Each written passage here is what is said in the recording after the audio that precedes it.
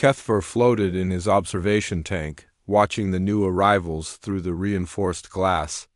The water around him shimmered with bioluminescent patterns that showed his excitement. After 300 years of studying different species, for the Galactic Consortium, he still felt wonder when meeting new life forms. These latest beings called themselves humans. They stood on two legs like many species, but something about them seemed different. Kethver adjusted his breathing apparatus and swam closer to get a better look. The humans were average in almost every way he could measure. They were not particularly tall or short, not especially strong or weak. Their skin came in different colors, from pale pink to deep brown. Hair grew on their heads in various shades and textures. Most interesting to Kethver were their eyes. Unlike the single-color eyes of most species, human eyes had multiple parts with different colors. "Begin the power assessment," announced Vorthix Supreme Zethara. His voice echoed directly into every mind in the testing chamber without moving his mouth. The ancient being floated above them all, his body made of pure energy that shifted between blue and silver. He had lived for over 10,000 years, and his psionic powers could move entire planets. Kethver watched the humans line up for testing. There were 50 of them, representing what they claimed was a good sample of their species. They looked nervous, but curious. One female with short brown hair kept looking around the chamber, studying everything. A tall male with dark skin whispered something to the others that made them smile slightly. The testing began. First came the psionic evaluation. The humans were placed before a simple metal cube and asked to move it with their minds. Kethver expected at least some minor telepathic ability. Every spacefaring species had some level of mental power. Nothing happened. The cube sat motionless. "Try harder," instructed Examiner Velther, a Zephyrian whose crystalline body sparkled. As he spoke, his species could control gravity itself, bending space around objects to move them. "Focus your mental energy." The humans strained and concentrated. A few closed their eyes tightly. Others stared at the cube so intensely that Kethver thought they might hurt themselves. Still nothing moved. Next came the gravity manipulation test. This was Velther's specialty. Surely these space-traveling beings could affect gravitational fields in some way. The Zephyrians had discovered that most advanced species developed this ability eventually. Again, nothing. The humans could not make objects float or change their weight. They could not even detect gravitational shifts that other species sensed easily. "Perhaps they have collective consciousness," suggested Hivemind Zurek. The insectoid being spoke through a dozen smaller creatures that moved in perfect unison. His species, the hegemony, shared thoughts across billions of individuals. They could coordinate massive projects instantly by thinking together. The humans were tested for mental links. Could they share thoughts? Could they feel each other's emotions? Could they act as one mind in many bodies? No, no, and no. Each human seemed completely separate from the others. They talked to each other using sound waves, a primitive method that most species abandoned long ago. Kethver felt confused. How had these beings reached space without any of the standard evolutionary advantages? Every species in the consortium had at least one major ability. The thermal masters controlled heat and cold. The phase walkers could move through solid matter. The echo speakers communicated across any distance instantly, but humans appeared to have nothing special at all. "Energy manipulation?" asked Pyrelord Shuket, his molten body flowing like liquid fire. His people could create and control any type of energy, from heat to electricity to pure light. The humans tried to produce fire from their hands. They could not. They tried to create electricity between their fingers. They could not. They could not even make a simple light without tools. Shape-changing? This from Flux Queen Moriah, whose body constantly shifted between different forms. Her species could become any shape they needed. The humans remained frustratingly solid and unchanging. By the end of testing, the results were clear. Humans scored 0 on every major power category. They had no telepathy, no gravity control, no hive mind, no energy projection, no phase shifting, no shape changing, no time dilation. No dimensional travel and no matter transformation. Level 3 classification, announced Zathara dismissively. Basic tool users, suitable for manual labor only. Assign them to mining operations in Sector 7. Kethver felt disappointed. Level 3 was barely above animals. It meant humans would spend their lives doing simple jobs that more powerful species found beneath them. They would live in basic housing, eat simple food, and never rise in consortium society, but something bothered him about the classification. These humans had built ships that could travel between stars. They had found the consortium and requested membership. Surely that required more intelligence than level 3 species typically possessed. Wait, Kethver said, swimming forward. In his tank, should we not test them further? They did achieve space travel independently. Zathara's energy form rippled with what might have been amusement. Many species stumble into spaceflight through accident or luck. The grinding beetles of Kefter learned to travel between worlds by following magnetic fields. They remain level 2. These humans likely copied technology from crashed ships or followed simple star charts. But their request for membership showed diplomatic understanding, Kethver pressed. They knew to contact us through proper channels. A trained pet can learn to press buttons in the right order, Velther added, his crystal body chiming with harmonics that indicated agreement with Zathara. It does not make the pet intelligent. Kethver watched the humans being led away to processing. They would be given basic translator implants, assigned to mining crews, and shipped to asteroid facilities where they would spend their lives, digging valuable minerals from rocks. The female with short brown hair looked back at the testing chamber as they left. Her eyes met Kethver's through the tank glass for just a moment. He saw something there that made him uncomfortable.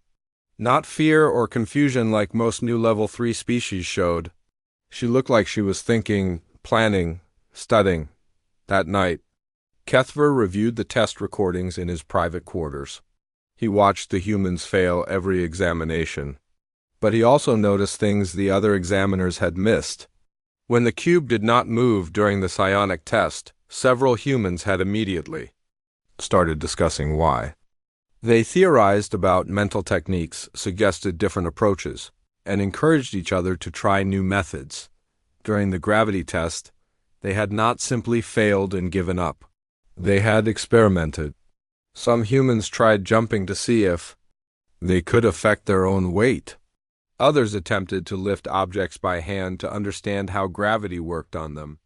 One human had even asked Velther questions about Zephyrian gravity manipulation that showed surprisingly deep understanding of physics. When tested for collective consciousness, the humans had laughed. Actually laughed. One had said something about how they could barely understand their own thoughts, let alone share them with others. But then they had immediately started working together anyway, using spoken language and gestures to coordinate their actions during the group tests. Most interesting was their reaction to failure. Other species typically became distressed when they could not demonstrate power. They saw it as proof of inferiority. The humans seemed almost relieved. Several had made comments about being glad they did not have to worry about accidentally moving things with their minds or catching fire when angry. Kethver pulled up the power classification charts that governed all consortium society. Level 10 species like the Vorthak ruled everything. Level 9 species served as advisors and administrators.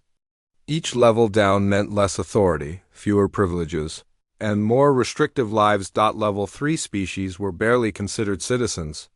They could not own property, could not vote on consortium matters, could not even choose where they lived.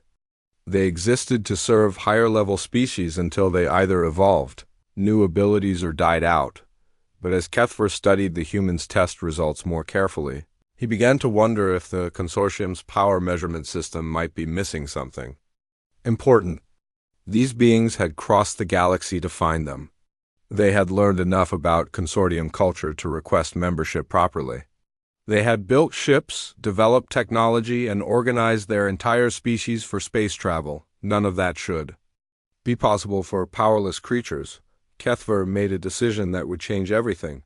He filed a request for extended observation of the human mining operations. He told his supervisors he wanted to study how Level 3 species adapted to consortium life. It was approved without question. What he really wanted was to understand what the tests had missed. Because despite all evidence to the contrary, Kethver suspected that humans might possess a kind of power the consortium had never encountered before. He just had no idea that this power would eventually challenge everything. The galaxy thought it knew about strength, intelligence, and what it truly meant to be advanced. 6 months after the humans were assigned to the mining operations in Sector 7, Kethver received his first strange report. He was floating in his office tank, reviewing routine paperwork about new species integration, when the message arrived from Mining Administrator Felanos. Production anomaly in Human Block 7 Alpha, the report stated. Output exceeds projections by 297%. Request investigation for possible equipment malfunction. Kethver stopped moving through the water. 300% above projections was impossible. Mining quotas were calculated precisely based on species capabilities, equipment efficiency, and asteroid composition. Level 3 species never exceeded their quotas by more than 10 or 15%, and that only happened when they worked themselves to exhaustion. He called up the detailed records. The humans had been assigned to extract rare minerals from a cluster of asteroids that rotated slowly around a dying star. The work was dangerous and difficult. The asteroids had unstable gravity fields, toxic atmosphere pockets, and temperatures that shifted from freezing to burning every few hours. Most Level 3 species barely survived such assignments. They usually begged for transfers within weeks. The humans had not only survived, but were somehow thriving. Kethver reviewed the crew assignments. The humans were working alongside 3 other Level 3 species. The Silthari were rock-eating creatures who could tunnel through stone but were not very intelligent. The thermal sprites could survive extreme temperatures but were physically weak. The echo mice could fit into tiny spaces but could barely lift their own body weight. According to standard protocols, these 4 species should barely be able to work together. They had completely different biology, different needs, and different capabilities. Most importantly, Level 3 species were not supposed to be capable of complex cooperation, yet somehow, they were not just working together, but creating unprecedented results. 3 days later, another report arrived, this time from a different mining operation. Human Crew 7 Gamma has convinced Silthari workers to modify tunnel patterns, Administrator Felanos wrote. New pattern increases efficiency but violates standard mining procedures. Request instructions. Kethver felt his bioluminescent patterns flicker with confusion. Silthari never changed their digging patterns. They were creatures of pure instinct who followed the same tunneling methods their species had used for millions of years. The idea that another species could convince them to try something new was unthinkable, but the reports kept coming. Human crews were exceeding quotas everywhere. More disturbing, they were doing it by working with other species in ways that violated everything the consortium knew about Level 3 behavior. Humans have created communication system allowing coordination between species, read one report. Echo mice now scout dangerous areas while thermal sprites provide temperature warnings to human and Silthari workers. Human crew has modified mining equipment using salvaged parts, said another. Equipment now functions 30% more efficiently despite being technically inferior to standard tools. Humans conducting what they call safety meetings with other species. Accident rates have dropped 70% in mixed crews. Kethver realized he needed to see this for himself. He filed a request for a field inspection visit to the mining operations. His supervisor, a mid-level administrator from the magnetic Lord species, approved it without interest. Study how Level 3 adaptation affects productivity, his supervisor had said while reorganizing metal objects around his office with magnetic fields. Might be useful for optimizing other low-level operations. The journey to Sector 7 took 2 weeks aboard a standard consortium transport ship. Kethver spent the time reviewing everything the consortium knew about interspecies cooperation. The research was clear. Species of the same level sometimes worked together, but it was rare and usually temporary. Species of different levels almost never cooperated successfully except when higher-level beings commanded lower-level ones. What the humans were apparently doing should be impossible. When Kethver arrived at Mining Station 7 Alpha, the first thing he noticed was the noise. Most Level 3 operations were quiet places where workers focused on simple, repetitive tasks. This station buzzed with activity and communication. Station Commander Yultek, a Level 6 crystal singer who could shape rock with sonic frequencies, met Kethver at the docking bay. His crystalline body resonated with frustrated harmonics. "I have never seen anything like it," Yultek said. "These humans ignore every rule of proper behavior. They ask questions constantly. They want to understand how everything works. They make suggestions about improving procedures that have been used successfully for centuries." "Are they causing problems?" Kethver asked. "That is what makes this so confusing," Yultek replied. "They are the most productive workers we have ever had. But they do everything wrong according to protocols." Kethver asked to observe the mining operations directly. Yultek led him to an observation platform overlooking the main excavation site. What Kethver saw below challenged everything he thought he knew about Level 3 species. The work area looked completely different from normal mining operations. Instead of each species working separately in designated zones, everyone was mixed together. Humans worked alongside Silthery, who worked next to Echo Mice, who coordinated with thermal sprites, but it was not chaos. It was clearly organized. Just in a way Kethver had never seen before, a human female was directing operations from the center of the work area. She used hand signals to communicate with the Echo Mice, who were too small for standard translators. She spoke directly to the Silthery in their own clicking language, which should have been impossible since translator implants did not work with their communication method. She coordinated with the thermal sprites by using colored lights that matched their heat vision patterns. How did she learn to communicate with all of them? Kethver asked. "We are not sure," Yultek admitted. "The humans seem to study other species constantly. They watch how others move, how they work, what they need. Then they find ways to help." As Kethver watched, he saw the human woman notice one of the Silthery workers struggling with a particularly hard section of rock. Instead of ignoring the problem, she called over 2 other humans. They brought modified tools that helped the Silthery cut through the stone more easily. When a group of eco mice found a dangerous gas pocket, they immediately signaled the human coordinators, who warned everyone else and brought in thermal sprites to safely burn off the gas before it could cause an explosion. "They have created a system," Kethver realized out loud. "Each species does what they do best, but they all work together toward the same goal." "Yes, but that should not be possible," Yultek said. "Level 3 species do not have the intelligence for complex planning.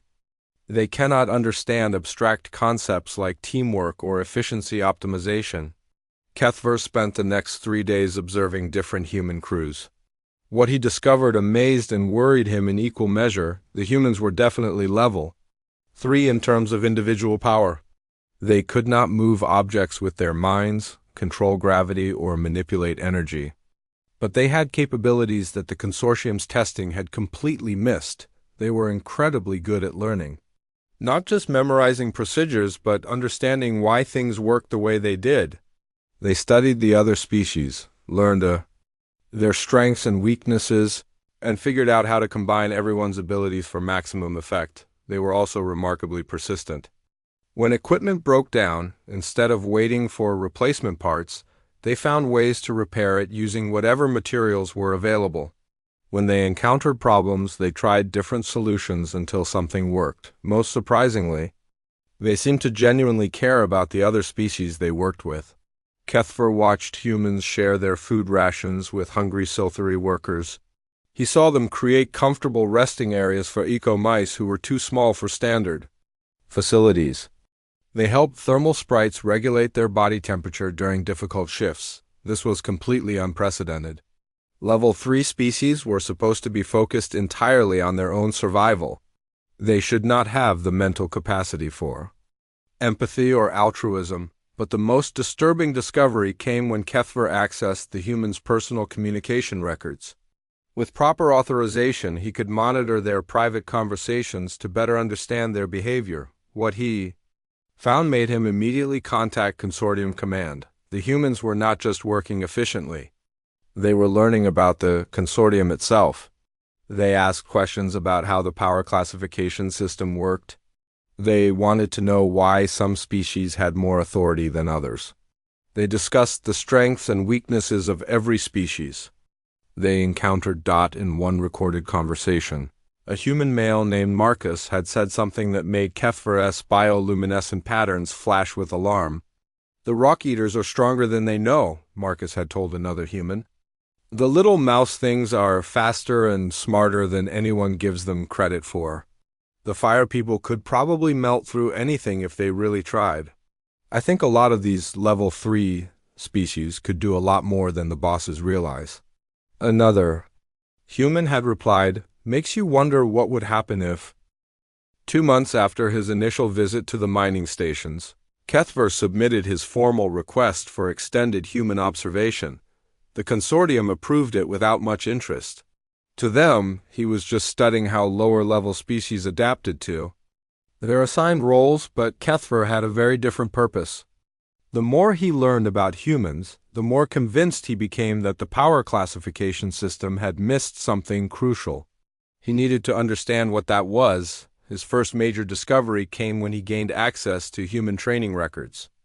Every species in the consortium received basic job preparation, but humans had requested additional learning materials. Specifically, they wanted to study other species. "Why do you need this information?" Kethver asked Maria Santos, the short-haired human woman who had caught his attention during the original testing. She had become an unofficial leader among the human workers. Maria looked up from the datapad she was reading. "Because we work with them every day. If we understand how their bodies work, what they need to stay healthy, what makes them comfortable, we can all do better jobs. But the consortium provides all necessary information for workplace cooperation," Kethver said. "Each species is given protocols for basic interaction." "Basic is right," Maria replied with a slight smile. "Those protocols tell us not to make loud noises around echo mice because it hurts their ears. But they don't explain that eco mice actually communicate using high-frequency sounds we can't hear. Once we figured that out, we could build equipment to translate their chatter. Turns out they were trying to warn us about dangerous areas, but we couldn't understand them." Kethver felt his patterns flicker with surprise. "You created translation equipment?" "Sort of," Maria said. "We took apart some broken communicators and rigged them to pick up different sound frequencies. Now the echo mice can tell us when they smell gas leaks or unstable rock formations before we get into trouble." That afternoon, Kethver observed the humans' work training sessions. What he saw amazed him. They were not just learning their own jobs. They were studying every aspect of the mining operation. A human named David was teaching other humans about silthery biology. "They eat through rock by secreting acid from their skin," he explained, "but the acid production uses a lot of energy. If we make sure they get mineral supplements in their food, they can work longer without getting tired." Another human, Sarah, was demonstrating thermal sprite communication patterns. They change colors based on temperature and emotion. Red means they're overheating and need to cool down. Blue means they're comfortable. Yellow means they're excited about something, usually because they found good mineral deposits. But the most shocking discovery was what humans did in their spare time. Instead of resting like most level 3 species, they studied, they built things.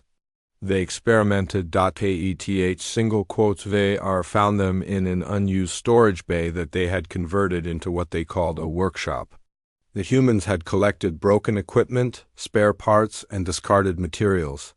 They were taking everything apart to understand how it worked, then putting pieces together in new ways. "What are you doing?" Kethver asked Marcus, the human he had heard questioning the hierarchy system. "Trying to make the safety equipment work better," Marcus replied without looking up from the device he was assembling. The standard breathing masks don't fit human faces very well, so we're modifying them. We also figured out how to add extra filters so they work better in toxic atmosphere pockets. Kethver watched as Marcus demonstrated the modified mask.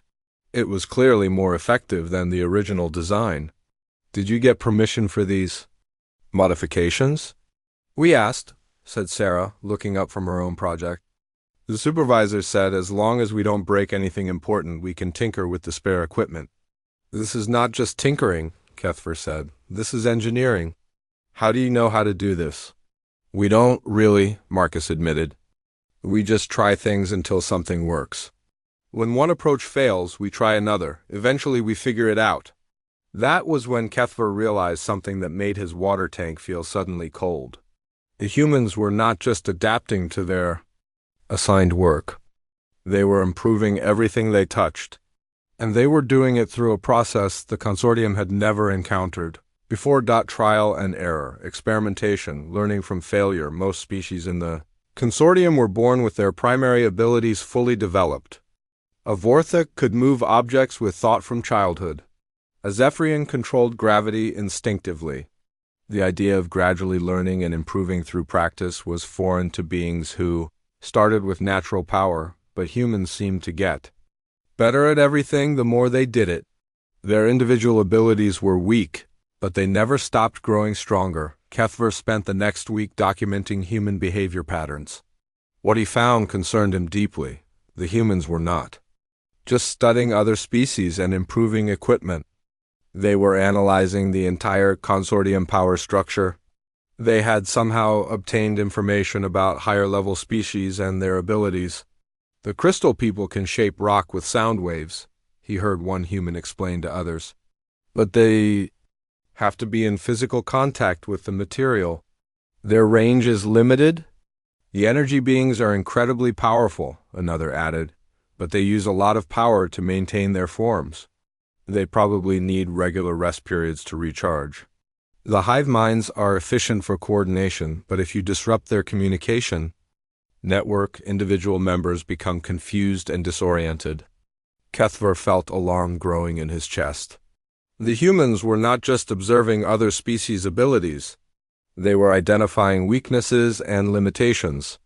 They were thinking like strategists preparing for conflict, but when he confronted Maria about this, her response surprised him. Of course we study everyone, she said calmly. We need to understand how the galaxy works if we're going to live in it. Back on Earth, humans survive by learning about everything around us. Predators, weather, plants, other tribes. Knowledge keeps you alive, but you are safe here, Kethver pointed out. The consortium protects all member species. Maria's expression became serious. With respect, Kethver, we've been here 8 months and we're already seeing problems. The thermal sprites in Section C are getting sick because their food doesn't have enough sulfur. The echo mice in Section F are developing hearing problems because the machinery frequency hurts their ears.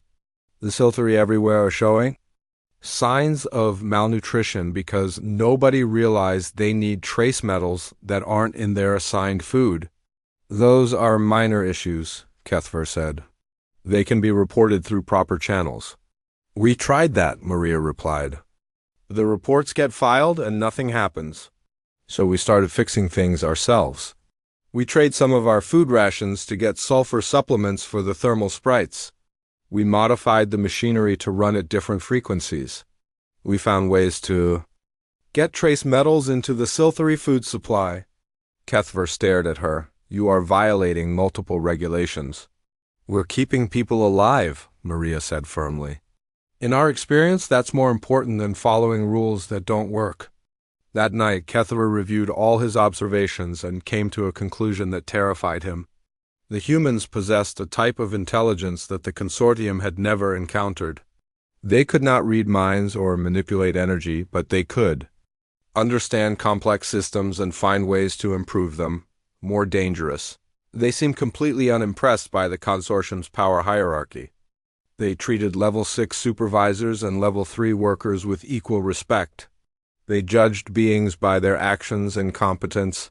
Not their species classification. But the most alarming discovery came when Kethver secretly observed a human meeting in their living quarters. 20 humans had gathered to discuss what they called long-term planning. "We need to think about what happens next," Maria was saying. "We've proven we can do the work, but we're still classified as level 3. That means we have no rights. No voice in decisions, no chance for advancement." "The classification system is based on natural abilities," David pointed out. "We don't have telepathy or energy manipulation. By their standards, we really are level 3. "But their standards are wrong," Sarah argued. "Power isn't just about what you're born with. It's about what you can achieve. And we've achieved more in 8 months than most level 3 species do in years. The question is, what do we do about it?" Marcus asked. The room fell silent for a long moment. Then Maria spoke again. "We keep doing what we're doing. We keep proving that the current system doesn't work. We keep showing other species that they're capable of more than they've been told. And we prepare for the possibility that the higher level species won't like what we're proving." "Prepare how?" David asked. Maria's expression became grim. "We learn everything we can about every species in the consortium. Their abilities, their weaknesses, their needs, their fears.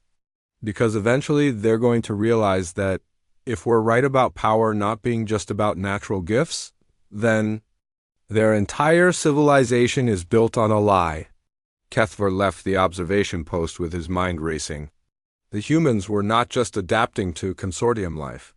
They were quietly preparing to challenge it. And based on everything he had observed, they might actually have the intelligence and determination to succeed. Kethver's report reached Consortium High Command 3 days after he submitted it. He had tried to be careful with his words, but the message was clear. The humans were demonstrating capabilities that challenged the entire power classification system. The response came faster than he expected. "Report to Central Command immediately," the message stated. "Bring all observational data regarding human anomalies." Kethver arrived at the massive space station that served as the consortium's capital to find the High Council in emergency session.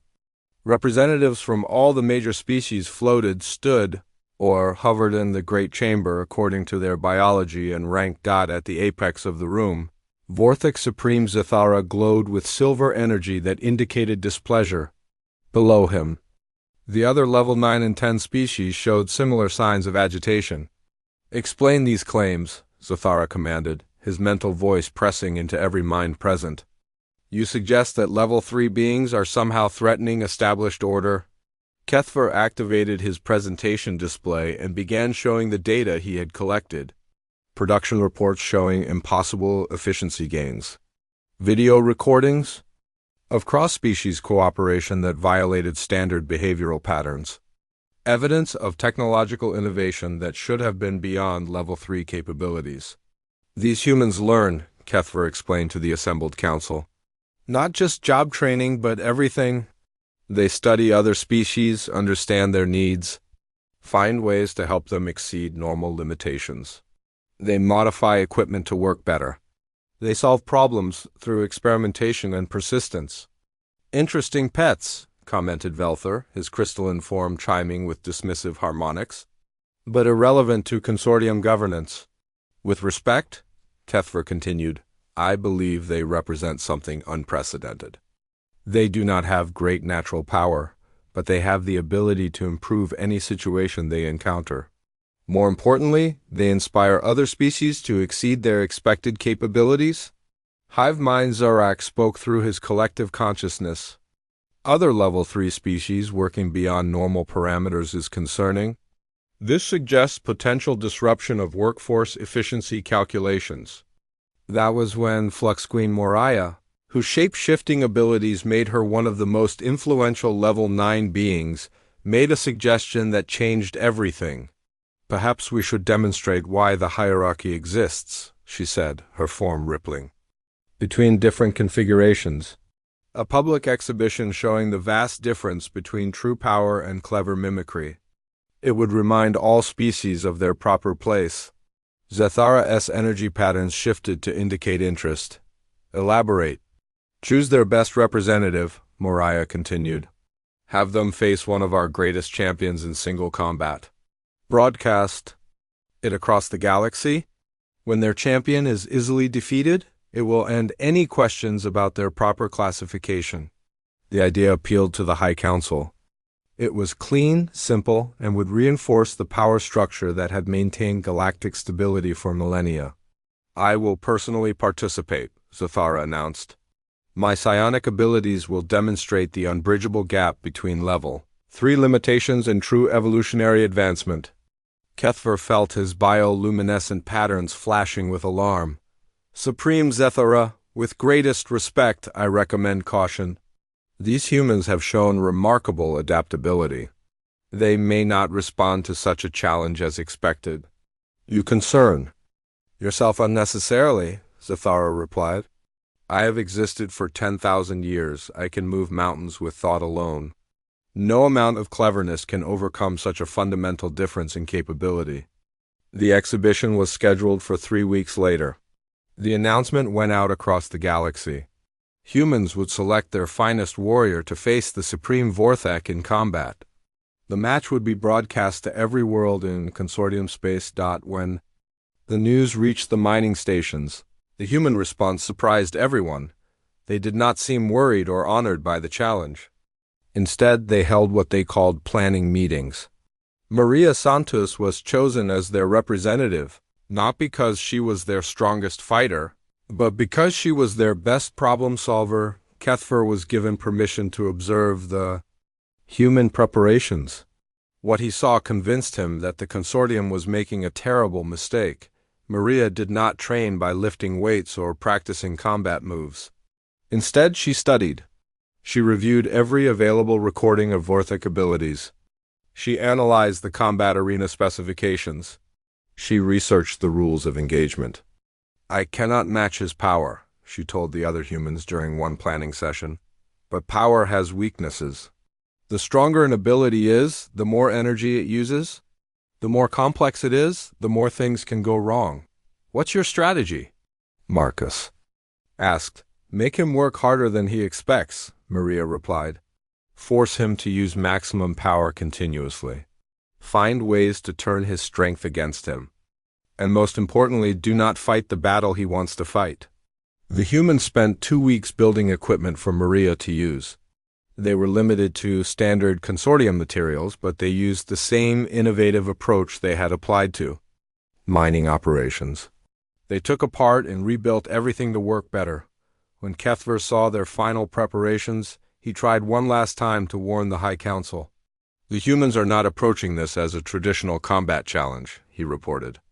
They are treating it as an engineering problem to be solved.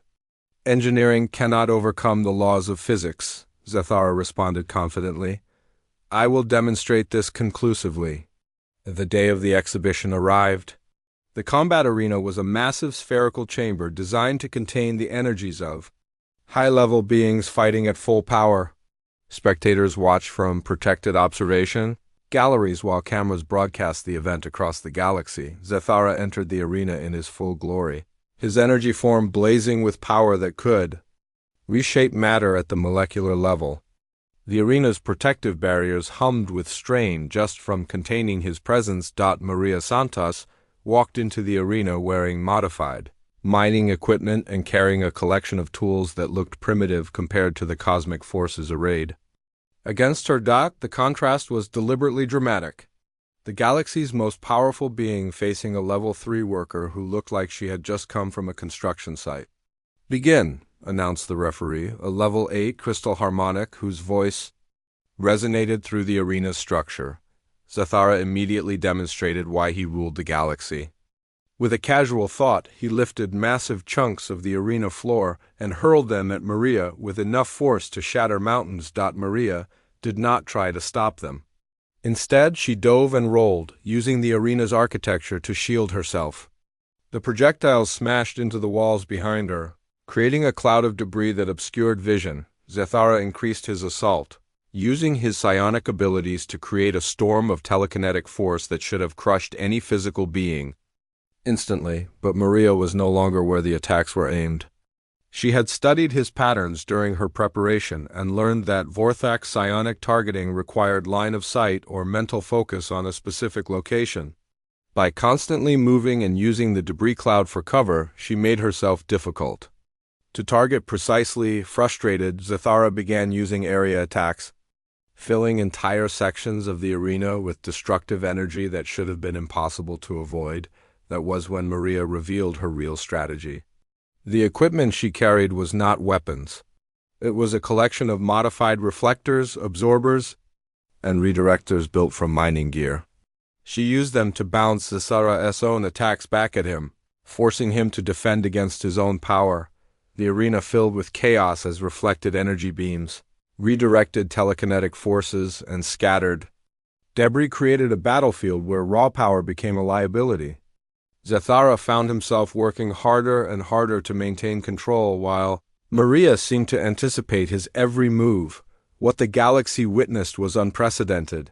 A level 3 being was not just surviving against a level 10 attack, she was making the most powerful being in known space look clumsy and inefficient. Zathara's energy form began to flicker as the sustained high-level combat drained his reserves. In 10,000 years of existence, he had never been forced to maintain maximum power output for such an extended period. Maria, meanwhile, seemed to be getting better as the fight continued. She learned from each exchange, adapted to his tactics, and found new ways to turn his attacks against him. The turning point came when Zathara, desperate to end the humiliating struggle, gathered all his remaining power for one massive attack that would obliterate everything in the arena. Maria had been waiting for exactly this moment. Using her most sophisticated piece of modified equipment, she created a feedback loop that caused Zathara's ultimate attack to interfere with itself. The resulting energy cascade overloaded his ability to maintain coherent form. Zathara collapsed into a barely stable energy pattern. Completely exhausted and unable to continue fighting, Maria Santos stood in the center of the ruined arena, battered but victorious. She had not defeated the Supreme Vorthak through superior force. She had defeated him by making him defeat himself. The arena fell silent. Across the galaxy, billions of beings stared at their screens in shock. Then Maria did something that sent shockwaves through every level of consortium society. She walked over to the collapsed Zathara and extended her hand to help him up. The aftermath of Maria Santos' victory created chaos throughout the consortium. For 3 days after the broadcast, no official response came from High Command. Then the galaxy split in 2. Emergency sessions convened on every major world. Some species demanded that humans be immediately elevated to level 10 status or higher. Others insisted they must be contained or eliminated as a threat to the natural order.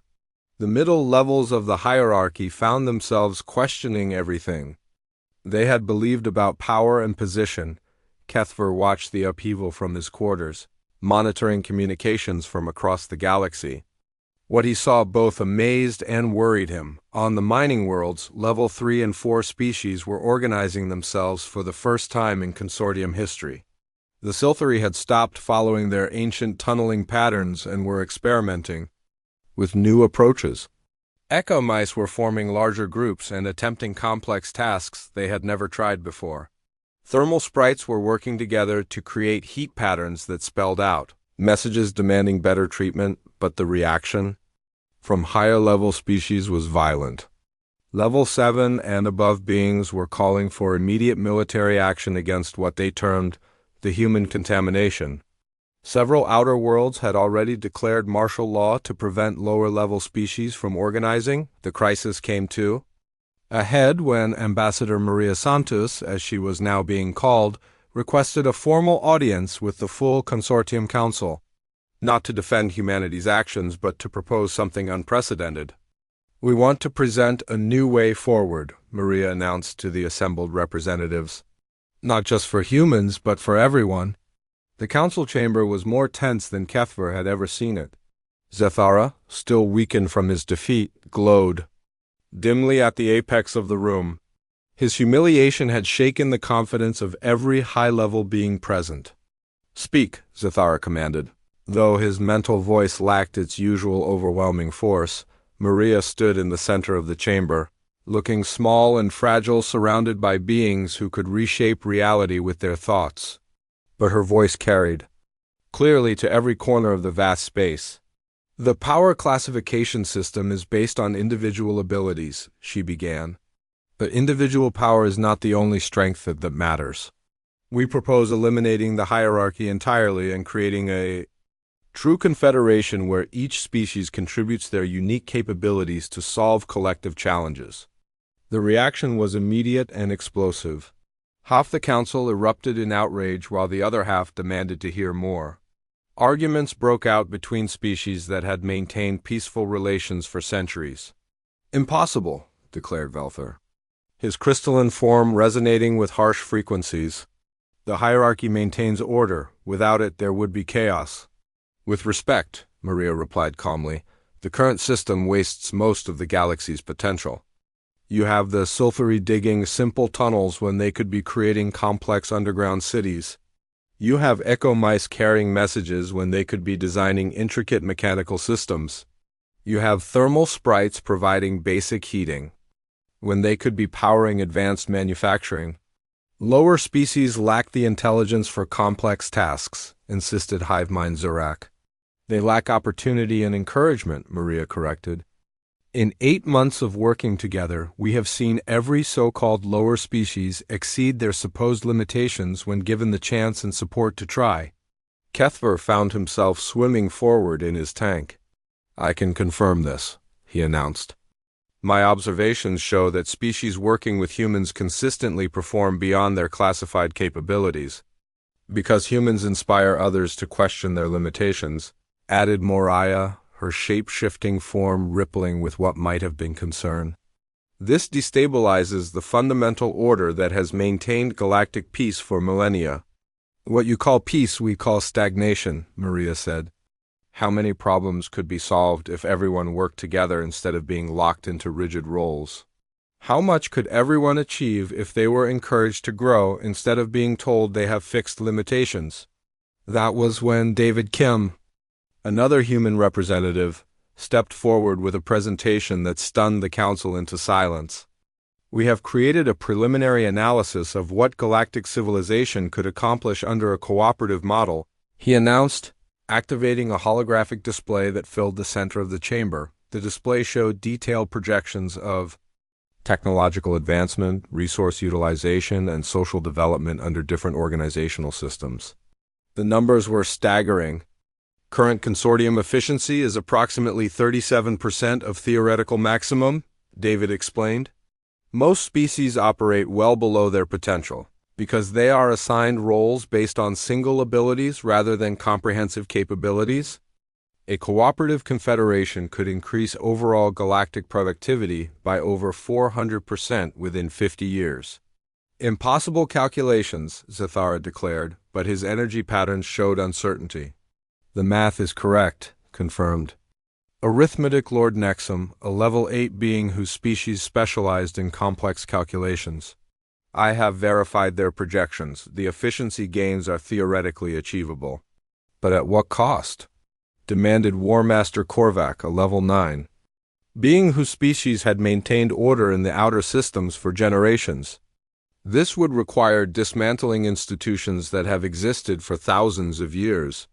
The cost of not changing may be higher, Ceratron, a third human representative, said quietly. Our analysis also shows what happens when intelligent species are artificially limited for too long. Eventually, they stop trying to grow. Civilizations stagnate and begin to decline. She activated another section of the display showing the consortium's development over the past millennium. The rate of innovation, exploration, and cultural advancement had been steadily decreasing for centuries. You are dying slowly, Sarah continued. Not from external threats, but from internal restrictions that prevent most of your people from contributing their full potential. The hierarchy that you believe maintains stability is actually ensuring gradual decay. The chamber fell silent as beings throughout the galaxy absorbed this information. For the first time in consortium history, Someone had presented mathematical proof that their entire civilization was fundamentally flawed, but the most powerful moment came when Maria made her final proposal. "We are not asking you to trust us," she said. "We are asking you to trust everyone. Create voluntary cooperation zones where species can work together without hierarchy restrictions. Let people choose their own roles based on interest and ability rather than genetic classification. Give everyone the opportunity to exceed their supposed limitations. And if this cooperation model fails?" Zathara asked. "Then you can return to the old system," Maria replied. "But if it succeeds, everyone benefits, including level 10 species who would have access to innovations and capabilities that isolated development could never achieve." The vote that followed split the consortium down the middle. The Confederation proposal, as it became known, was supported by 47% of member species. But the opposition was equally strong, led by the highest-level beings who saw cooperation as a threat to their authority. The compromise that emerged satisfied no one but prevented immediate civil war. The galaxy would be divided into two zones. The hierarchy zone would maintain traditional power classifications and species roles. The Confederation Zone would experiment with cooperative governance and voluntary association. Citizens of any species could choose which zone to live in, regardless of their power classification. The mass migration that followed transformed both regions within months. Millions of lower-level beings moved to Confederation worlds, eager for opportunities to grow beyond their assigned roles. But surprisingly, many higher-level beings also chose cooperation over dominance. Kethver was among them. He established the first interspecies research institute on New Harmony, the Confederation's capital world. His mission was to study how different species could combine their abilities for mutual benefit. What he discovered there exceeded even the humans' optimistic projections. When beings were free to explore their full potential without artificial limitations, they achieved things that had seemed impossible under the old system. Silthari architects designed underground cities that were marvels of engineering. Echo mice created communication networks that connected worlds instantly. Thermal sprites developed manufacturing processes that revolutionized production efficiency. Even former high-level beings found new purposes. Zathara himself eventually joined the Confederation, using his vast psionic abilities not to command others but to help coordinate massive construction projects that improved life for millions. But the greatest discovery was that humans had been right about the nature of power itself. True strength was not the ability to dominate others, but the capacity to help everyone reach their full potential. As Kethver floated in his laboratory 5 years later, surrounded by beings from dozens of species working together on projects that would have been unimaginable under the old system, he reflected on how much the galaxy had changed. The hierarchy zone still existed, growing smaller each year as more beings chose cooperation over domination. Some conflicts continued between the two systems, but they were diplomatic.